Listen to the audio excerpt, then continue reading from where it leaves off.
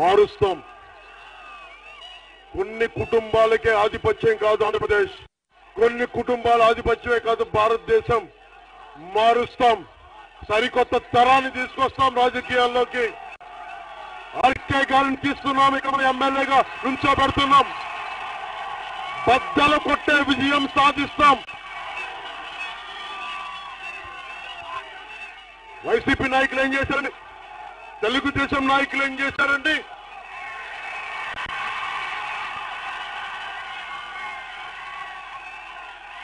ఇక్కడ డబ్బులు సంపాదించి విదేశాల్లో పెట్టుకుంటారో డబ్బులు మీరు. కానీ జనసేనకు చూడండి, విదేశాల డబ్బులు సంపాదించి విదేశాలను వద్దని చెప్పి మన మచిలీపట్నం సేవ చేద్దామని వచ్చాడు బండెడ్డి రామ్. ఎంబీఏ చదివి ఉద్యోగాలు చేసి నేను అడిగా, ఎంపీగా రండి, వచ్చి పోటీ చేయండి, బందర్ తాలూకు పూర్వ వైభవాన్ని తెచ్చి పెట్టండి. ఇప్పుడు 30 సంవత్సరాలు, 2 సంవత్సరాలు, దశాబ్దాలు దాటింది మనకి రైల్వే లైన్ వచ్చి. రైల్వే లైన్ రావాలంటే మచిలీపట్నం నుంచి జనసేన గలం పార్లమెంట్ లో వినిపించాలి, రైల్వే లైన్ తెప్పించాలి మనం ఇక్కడికి.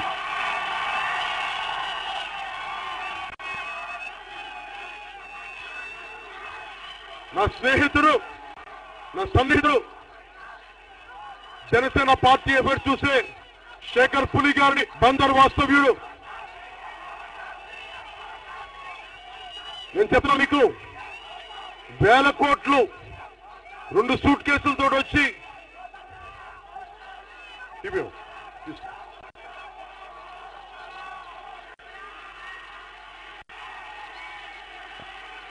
జనసేన పార్టీ నాయకులకి,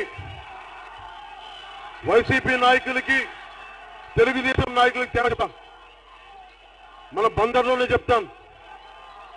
ఆర్కే గారు ఉన్నారు, ఏ రోజున రాజకీయాల వైపు చూడాల.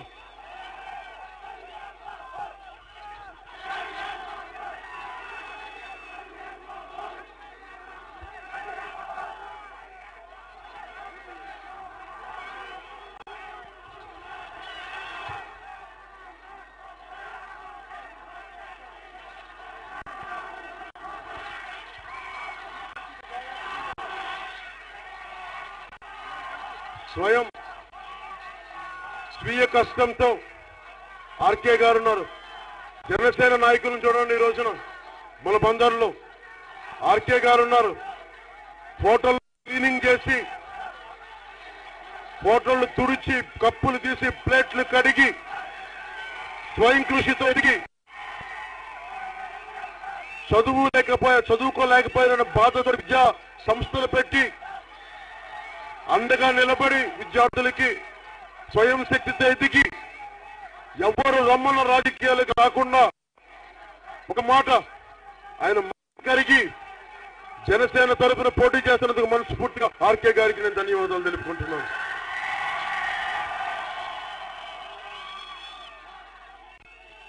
శేఖర్ పులి గారి గురించి మీకు తెలియకపోవచ్చు. వైసీపీ నాయకులకి, తెలుగుదేశం నాయకులకి, మన నాయకులకి తేడా చెప్తాం.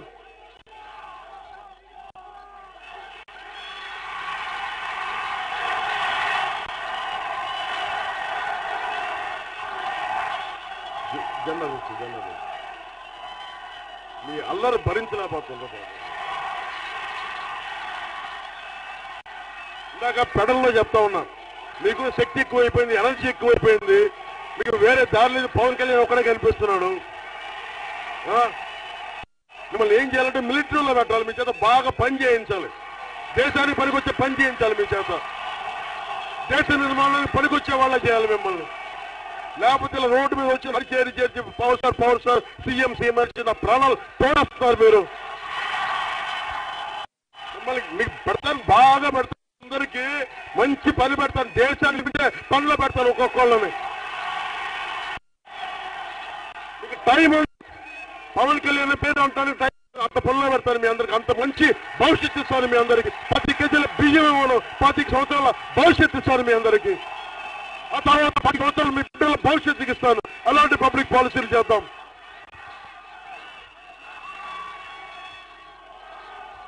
వైసీపీ నాయకులు, తెలుగుదేశం నాయకులు మన భూముల మీద డబ్బులు సంపాదించి మన విదేశాలకు పంపిస్తారు. జనసేన నాయకులు ఉదాహరణ శేఖర్ పులి గారు ఉన్నారు, జనసేన పొలిటికల్ అఫైర్స్ కమిటీకి చైర్మన్. ఆయన సంగతి ఎంతమందికి తెలుసో లేదో మీకు తెలియదు.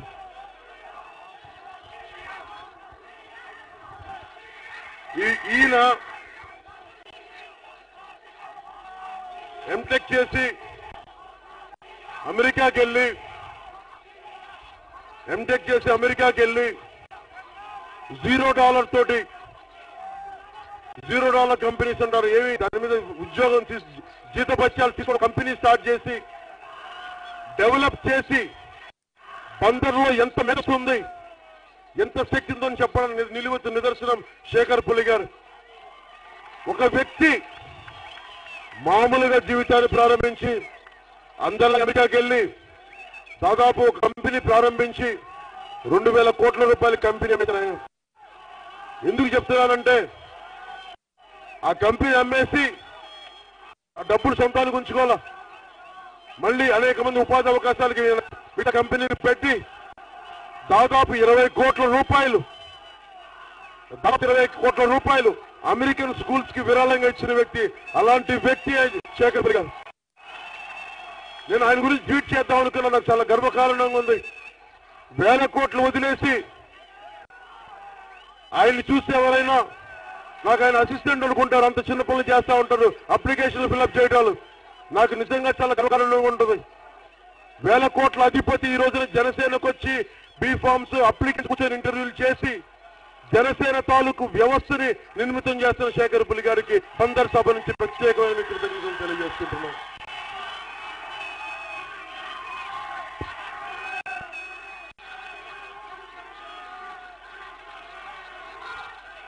రోజున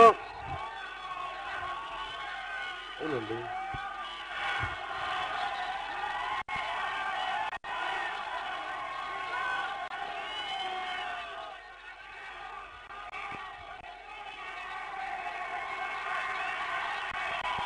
జనసేన ప్రభుత్వం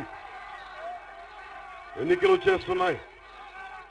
మీరు ఆలోచించండి, పవన్ కళ్యాణ్ మాటలను కూడా జనసేన మాటలను కూడా నమ్మకం ఆలోచించండి. ముగ్గురు ఉన్నారు నాయకులు, 3 పార్టీలు ఉన్నాయి. మీరు తేల్చుకోండి, అందరినీ ఆలోచించండి. జగన్మోహన్ రెడ్డి ఉన్నారు, బందర్లో మనకి ఇన్ని సమస్యలు ఉన్నాయి. ఏ రోజున అసెంబ్లీకి ఆయన మాట్లాడే విధానం లేదు ఆయన దగ్గర. ఏదైనా ముఖ్యమంత్రి అయితే తప్ప నేను రైతులు నిర్ణయించలేను, ముఖ్యమంత్రి అయితే తప్ప రైతుల సమస్యలు పట్టించుకోను. ఇలా మాట్లాడే వ్యక్తి. చిన్నపాటి కాలేజీలు కూడా మనకి ఏదో మండలంలో కాలేజీ కావాలంటే కాలేజీ రావడానికి కూడా దానికి కూడా ముఖ్యమంత్రి అవ్వాలి ఆయన. నేను ఒక ఎమ్మెల్యే లేడు, ఎంపీ లేడు, కౌన్సిలర్ లేడు. నేను ఈ రోజున తెలుగుదేశం ప్రభుత్వం మెడలు వంచి ఇన్ని పనులు చేయించాను. ఉద్దాన సమస్య నుంచి మన ఫాతిమా కాలేజ్ దాకా.